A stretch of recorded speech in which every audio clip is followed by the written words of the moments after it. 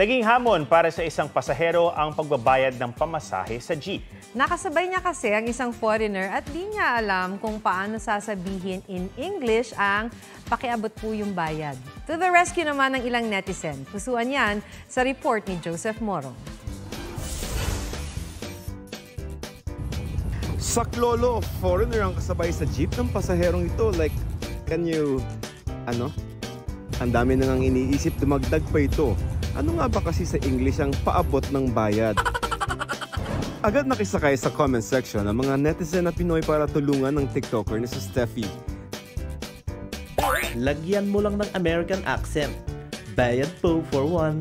O Filipino style, ngusong-nguso na lang.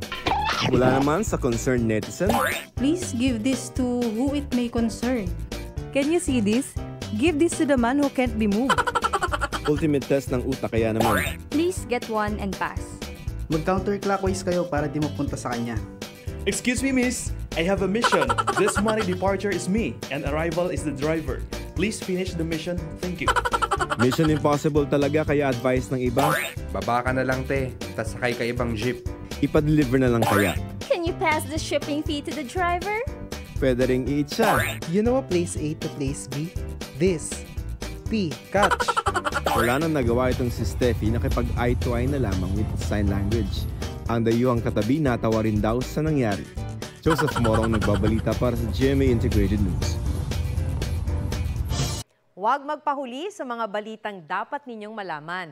Mag-subscribe sa GMA Integrated News sa YouTube. Sa mga kapuso abroad, subaybayan nyo kami sa GMA Pinoy TV at sa www.gmanews.tv.